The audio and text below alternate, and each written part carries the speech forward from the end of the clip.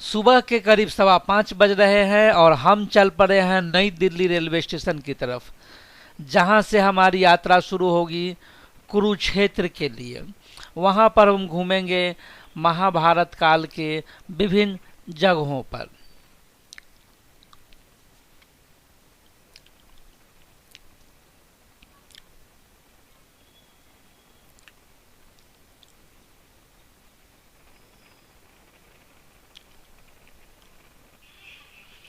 ये है हमारे अक्षित बाबू, सीढ़ियों से उतर रहे हैं मेरे साथ।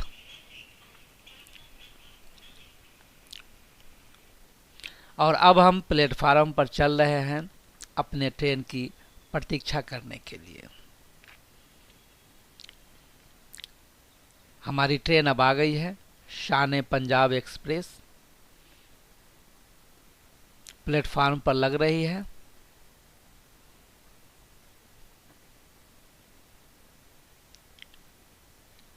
और ये है हमारा coach C1 AC chair car. और अब हम अपने कोच में घुस रहे हैं।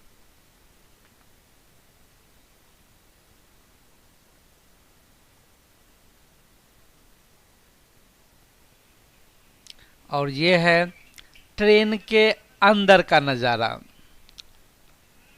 आप देख सकते हैं, ये पूजा, अक्षित और मैं मृत्युंजय। अब हमारी ट्रेन प्रस्थान कर चुकी है नई दिल्ली रेलवे स्टेशन से। ये है हमारी ट्रेन जिससे हम आए थे कुरुक्षेत्र। कुरुक्षेत्र के प्लेटफार्म नंबर 1 पर हम उतर चुके हैं। बड़ा ही शांत मनोरम सा दृश्य है यहाँ पर।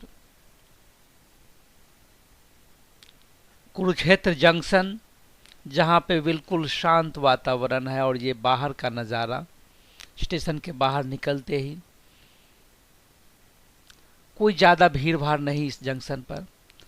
और स्टेशन की बाहरी दीवार पर ये बहुत ही अद्भुत छवि उकेरी गई है कृष्ण और अर्जुन के युद्ध मैदान की। और ये विराट स्वरूप है भगवान श्री कृष्ण का। और सड़क के दूसरी तरफ ये बनाए गए हैं। मुझे लगता है कि लोग सड़क को गंदा न करें, इस उद्देश्य से महाभारत काल के चित्रों का बहुत ही अच्छी तरह से पेंटिंग यहाँ पर की गई है। यहाँ से हमने ऑटो किराए पर लिया और यहाँ पे चल पड़े सन्निहित सरोवर की तरफ, जिसको छोटा सरोवर कहा जाता है। रेलवे स्टेशन से जाने के लिए आपको ऑटो मिल जाएगी, प्रति सवारी 20 रुपये लेते हैं कहीं भी जाने के लिए। हम पहुँच चुके हैं प्राचीन तीर्थ सन्निहित सरोवर। ये सरोवर है सामने। यहाँ पर छोटे छोटे कई सारे मंदिर हैं जिनकी छवि हम आपको दिखाएंगे इस वीडियो में। ये आप देख सकते हैं, पानी ज़्यादा ही गंदा है। समय समय पर इसकी सफाई भी की जाती है। वो बाणगंगा है। बाणगंगा, बाणगंगा में ब्रह्म सरोवर भी बोलते हैं, बाणगंगा भी बोलते हैं। और यहाँ पे क्या हुआ था? नाते दुर्योधन मारा गया था। अच्छा। दुर्योधन पानी में छिपा था ना, हम्म। तो भीम ने उसको बाहर निकाल के ऐसे जांग तोड़ दी थी भीम ने। अच्छा जी। इसी में छुपा था। हाँ, वो गोल चक्कर लग रहा है ना। हाँ। और यहाँ के पास में और क्या क्या है जगह देखने की? है जी, इसके पास में और कोई जगह है देखने की? बताऊँ तो लग रहा हूँ मैं तो। हाँ, इससे हाँ। अच्छी जगह घूमने की वहाँ बड़े रोड पे है, वहाँ पार्क बने हुए हैं। अच्छा काफी अच्छा। लंबा चौड़ा है। हम्म। वहाँ मंदिर बहुत बड़े बड़े हैं। ठीक है, उधर से जाते। तो बाबा जी ने हमें बताया इस जगह की महिमा के बारे में। और यहाँ पर एक ये मंदिर, ये अक्षित बाबू हमारे डरे से नए शहर में, थोड़े घबराए से, थोड़े शर्माए से, और सरोवर के दूसरी तरफ जाकर के हमने ये वीडियो बनाई है। सामने जो पीले रंग का है वो लक्ष्मी नारायण मंदिर है। ये एक और मंदिर, ये दूसरा मंदिर शंकर भगवान जी की मूर्ति लगी हुई है। और ये लक्ष्मी नारायण मंदिर, ये सब सन्निहित सरोवर के ही तट पर है। यहाँ से हम निकल पड़े हैं ब्रह्म सरोवर के लिए। आप शहर के किनारे में देखिए, सड़क के किनारे इस शहर को बड़ा ही साफ सुथरा और शांत वातावरण मिला देखने को।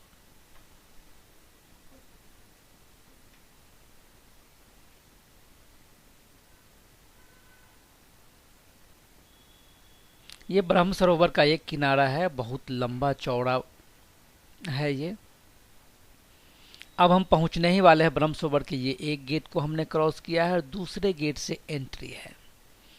हम पहुंच चुके हैं ब्रह्म सरोवर के गेट पर। यहीं से हमें अंदर जाना, और ये सामने आप देख सकते हैं, अंदर घुसते ही ये छवि है। सरोवर के बीच में मंदिर है, बीच में एक रास्ता भी है आगे जाने के लिए।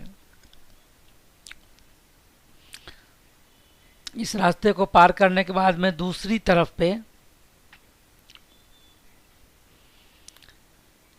ये है सरोवर का नजारा दोपहर का।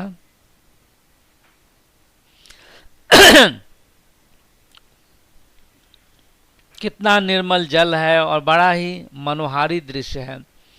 अब हम आ चुके हैं सरोवर के बीच में मंदिर के ठीक सामने, जहां से मैं आपको दिखा रहा हूं। ये आप देख सकते हैं। मंदिर के अंदर हमने कोई फोटोग्राफी नहीं की है, बस बाहर से ही आपको दिखा देते हैं।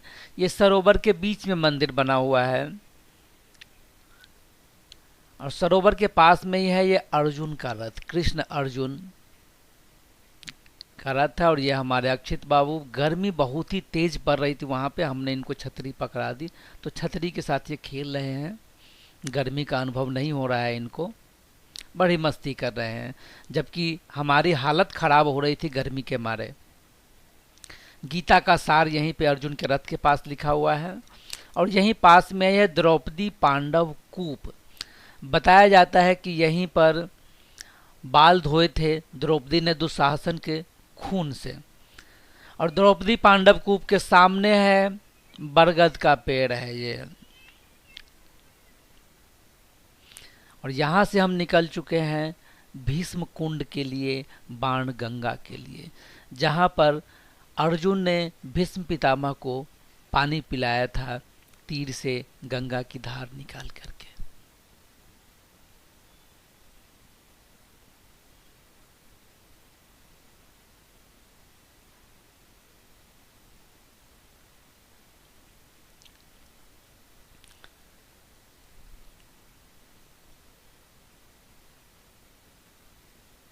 अब हम पहुंच चुके हैं भीष्म पितामह की स्थली पर, भीष्म कुंड के पास। सामने एक छोटा सा मंदिर में ही है, इस दरवाजे के साथ में ही है, प्रवेश द्वार के साथ में ये मंदिर है जहां लोग पूजा अर्चना करते हैं। और ये उसके साथ में ही भीष्म कुंड के पास में ही है ये एक हनुमान जी का मंदिर बनाया गया। हनुमान जी की विशाल काया यहाँ पे आप देख सकते हैं, अंग्रेजी में लिखा हुआ है भीष्म कुंड के बारे में, a water reservoir situated in वीर नरकातरी। और यहाँ पे एक फोटोग्राफ लगा रखा है, हमने सोचा कि आपको भी दिखा दें किस तरह से। और ये है भीष्म कुंड, बच्चे यहाँ पे स्नान कर रहे थे और सिक्के भी बिन रहे थे वहाँ पे जो लोग फेंकते हैं। और सामने बनाई गई है एक छवि, धातु से बनी हुई है, जहाँ कृष्ण तीर मार रहे हैं धरती पर और भीष्म पितामह शर शैया पर लेटे हुए हैं। और सामने लिखा है भीष्म की प्यास बुझाते अर्जुन। अब हम पहुंच चुके हैं गीता उपदेश स्थल पे। इसी बरगद के पेड़ जो है विशालकाय, वहीं पर प्रभु श्री कृष्ण ने गीता उपदेश दिया था अर्जुन को।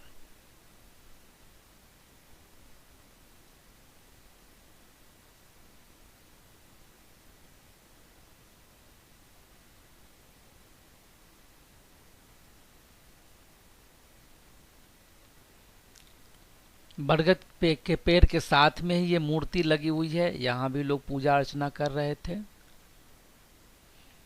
बरगद के पेड़ के चारों तरफ के ये जो सरोवर है उसका नज़ारा देखिए।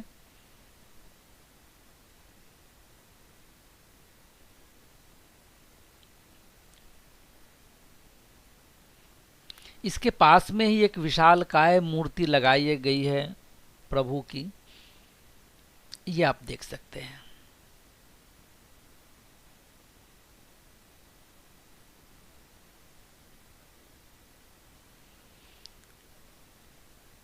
गीता उपदेश स्थल ज्योतिसर के पास में है, ज्योतिसर में ही है।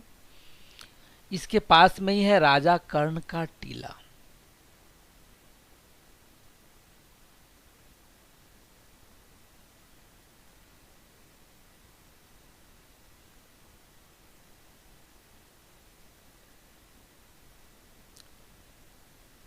बरगद के पेड़ के पास ये देखिए हनुमान जी।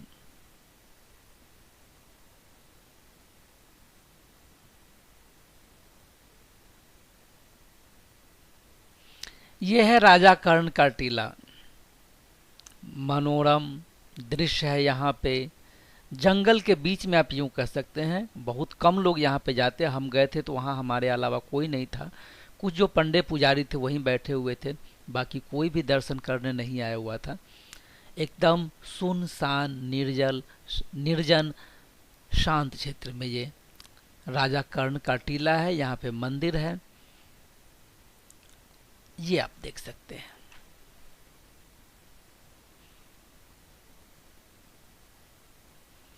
लेकिन बिल्कुल ही निर्जन स्थान पर है ये।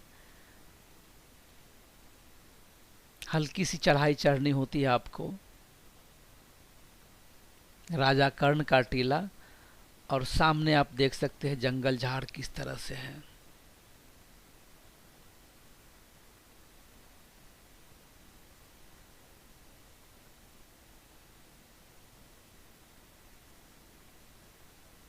ये आप देखिए, पूर्णतः जंगल ही है जिसके बीच से रास्ता है और आपको इधर से ही जाना होता है।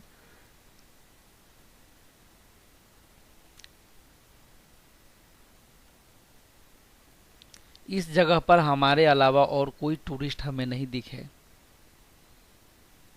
जबकि दूसरी जगहों पे बहुत सारी भीड़ भाड़ थी।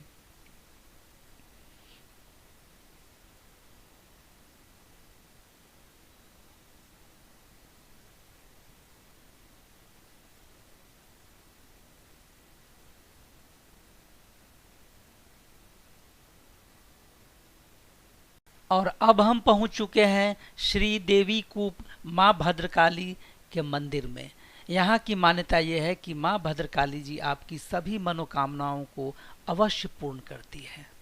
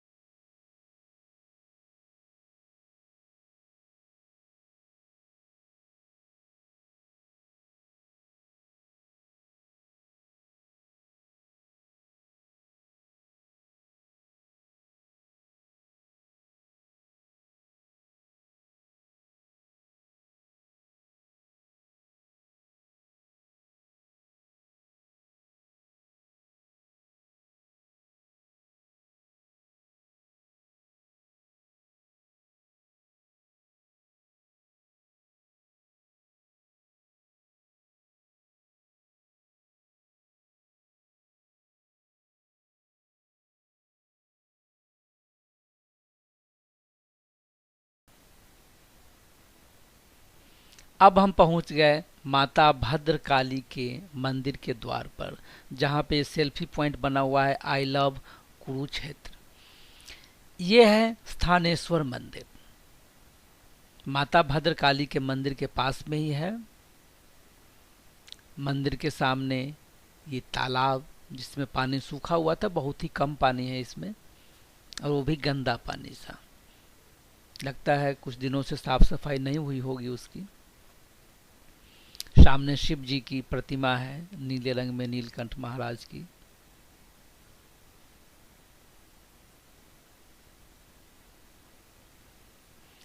मंदिर के द्वार पर श्री गौरी शंकर महादेव मंदिर।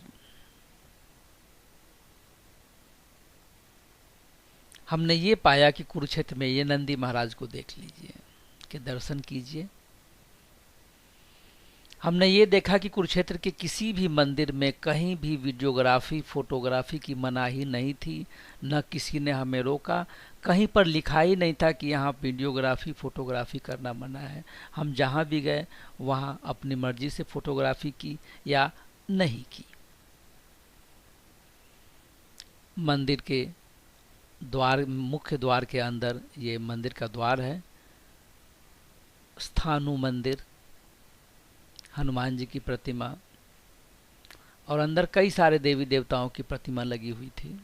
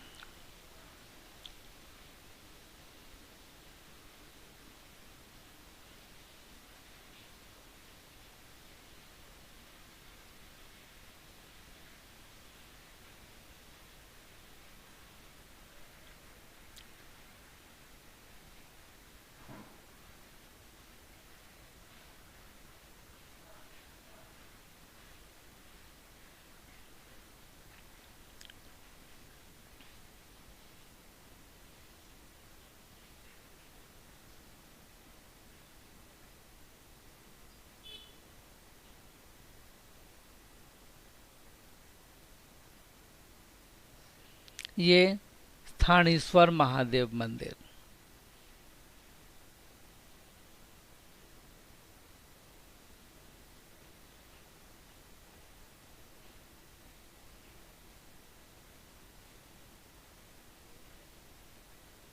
शिवलिंग और सामने नंदी महाराज की प्रतिमा।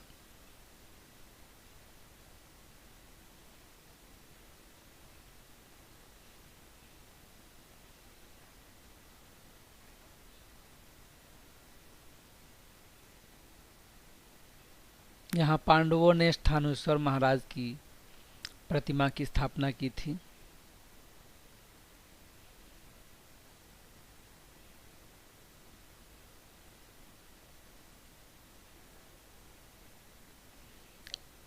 अब हम मंदिर से बाहर निकल रहे हैं और इसके साथ में ही है, इसी मंदिर के साथ में ही 4 से 5 कदम आपको चलने के, मतलब दोनों के प्रांगण लगभग समान ही है, एक साथ ही है, श्री शनि शिला नवग्रह मंदिर।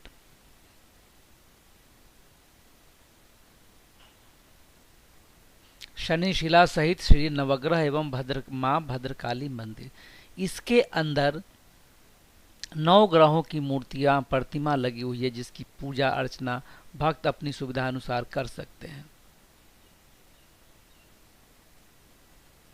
9 ग्रहों के देवी देवताओं की प्रतिमा का हम अवलोकन करवाएंगे आपको।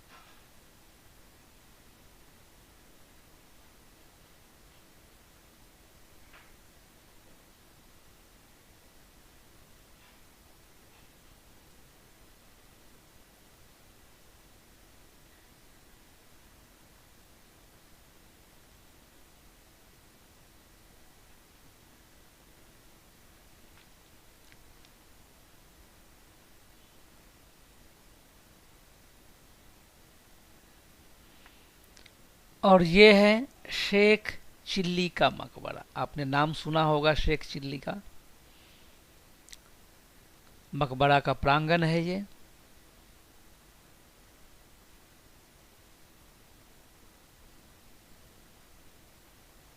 यहाँ टिकट घर भी है जहाँ पर लिखा हुआ है एंट्री के लिए जो फीस है। वैसे ये बोर्ड तो लगा है लेकिन कोई फीस नहीं लेते हैं वो। आपको अपना आधार कार्ड देना पड़ता है, उसकी एंट्री करवा दीजिए, आधार कार्ड वापस ले लीजिए और जितने भी लोग साथ में हैं अंदर जा सकते हैं बिना किसी फीस के। अभी टिकट नहीं ले रहे हैं ये मकबरे के बाहर का नज़ारा है।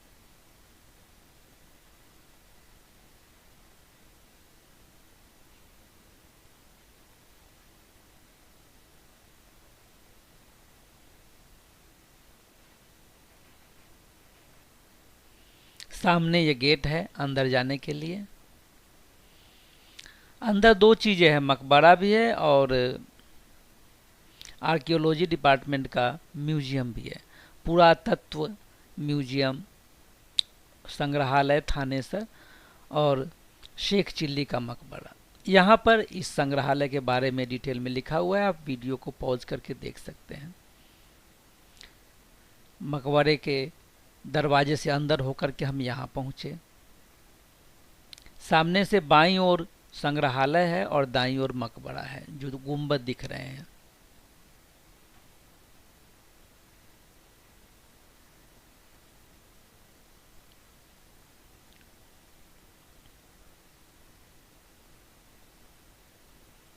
इन सीढ़ियों से होकर हम मकबरे के ऊपर पहुँचे जहाँ से बाहर का बहुत ही मनोहारी दृश्य दिखता है।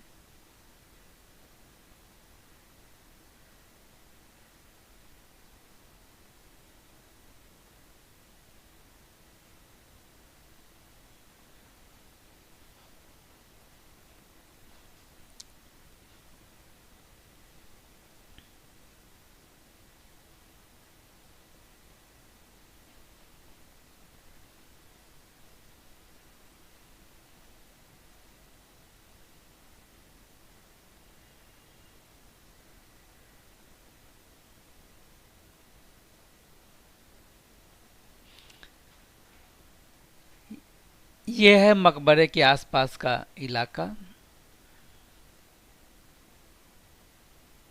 जो हमें इसकी छत से दिखता है। इसकी छत से आसपास की बिल्डिंग भी, घर भी दिखते हैं।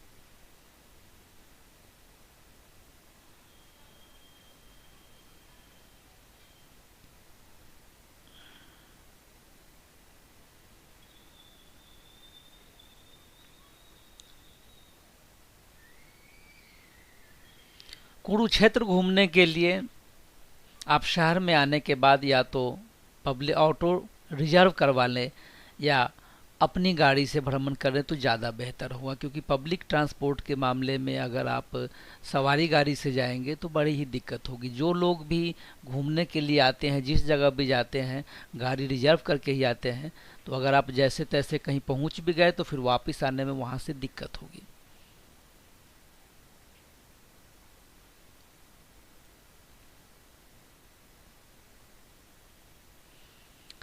अभी शाम के 5 बज रहे थे और हमारी ट्रेन थी रात के 8 बजे। इसीलिए हमने शेख चिल्ली के मकबरे से निकलने के बाद में तय किया कि फिर से हम ब्रह्म सरोवर जाते हैं और वहाँ पर शाम के दृश्य का आनंद लेते हैं। ये आप देख सकते हैं शेख चिल्ली के मकबरे के ऊपर से आसपास के घरों का नज़ारा जो साफ साफ दिखता है।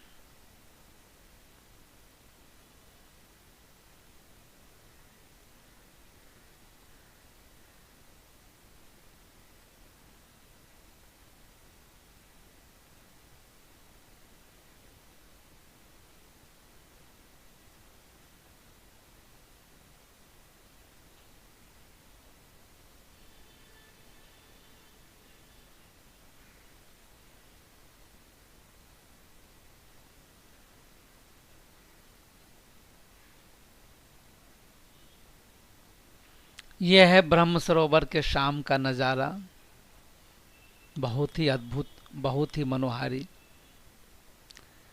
इस तरह से हमारी कुरुक्षेत्र की यात्रा संपूर्ण हुई। हमने बहुत मजे लिए, बहुत आनंद किया। इस वीडियो में इतना ही। अगली वीडियो में किसी और शहर, किसी और जगह के बारे में चर्चा करेंगे, आपको दिखाएंगे। तब तक हमारे चैनल के पुराने वीडियो देखते रहिए। धन्यवाद।